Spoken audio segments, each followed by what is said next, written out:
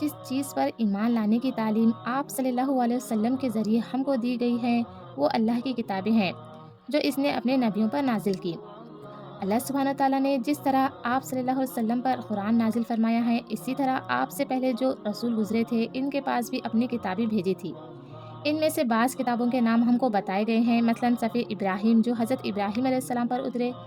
توریت جو حضرت موسیٰ علیہ السلام پر نازل ہوئی، زبور جو حضرت داؤد علیہ السلام کے پاس بھیجی گئی، اور انجیل جو حضرت عیسیٰ علیہ السلام کو دی گئی۔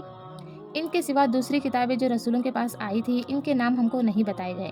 اس لیے کسی اور مذہبی کتاب کے متعلق ہم یقین کے ساتھ نہ یہ کہہ سکتے ہیں کہ وہ خدا کی طرف سے ہے اور نہ یہ کہہ سکتے ہیں کہ وہ خدا کی طرف سے نہیں ہے۔ ہاں البتہ ہم ایمان لاتے ہیں کہ جو کتابیں بھی خدا کی طرف سے آئی تھی وہ سب برحق تھیں۔ دیکھیں، جن کتابوں کے نام ہم کو بتائے گئے ہیں ان میں صفی ابراہیم تو اب دنیا میں موجود نہیں رہی، توریت اور زبور اور انجیل تو وہ البتہ یہودیوں اور عیسائیوں کے پاس موجود ہے، مگر قرآن شریف میں ہم کو بتایا گیا ہے کہ ان سب کتابوں میں لوگوں نے خدا کے کلام کو بدل ڈالا ہے اور اپنی طرف سے بہت سی باتیں ان کے اندر ملا دی ہے۔ خود عیسائی اور یہودی بھی تسلیم کرتے ہیں کہ اصل کتابیں ان کے پاس نہیں ہیں، صرف ان کے ترجمے باقی رہ گئے ہیں جن میں صدیوں سے ترمیم ہوتی رہی ہے، اب تک ہوتی چلی جا رہی ہے۔ پھر ان کتابوں کے پڑھنے سے بھی صاف معلوم ہوتا ہے کہ ان میں بہت سی باتیں ایسی ہیں جو خدا کی طرف سے نہیں ہو سکتی،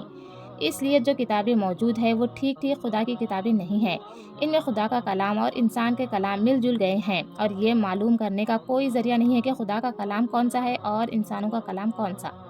لہٰذا پچھلی کتابوں پر ایمان کا جو حکم ہم کو دیا گیا ہے وہ صرف اس حیثیت سے ہے کہ خدا نے قرآن سے پہلے بھی دنیا کے ہر قوم کے پاس اپنے احکام اپنے نبیوں کے ذریعے سے بھیجے تھے، اور وہ سب اسی ایک خدا کے احکام تھے جس کی طرف سے قرآن آیا ہے۔ اور قرآن کوئی نئی اور انوکھی کتاب نہیں ہے بلکہ اسی تعلیم کو زندہ کرنے کے لیے بھیجی گئی ہے جس کو پہلے زمانے کے لوگوں نے پایا اور کھو دیا یا بدل ڈالا یا انسانی کلاموں سے خلط ملط کر دیا۔ دیکھیں، قرآن شریف خدا کی سب سے آخری کتاب ہے، اس میں اور پچھلی کتابوں میں کئی حیثیتوں سے فرق ہے۔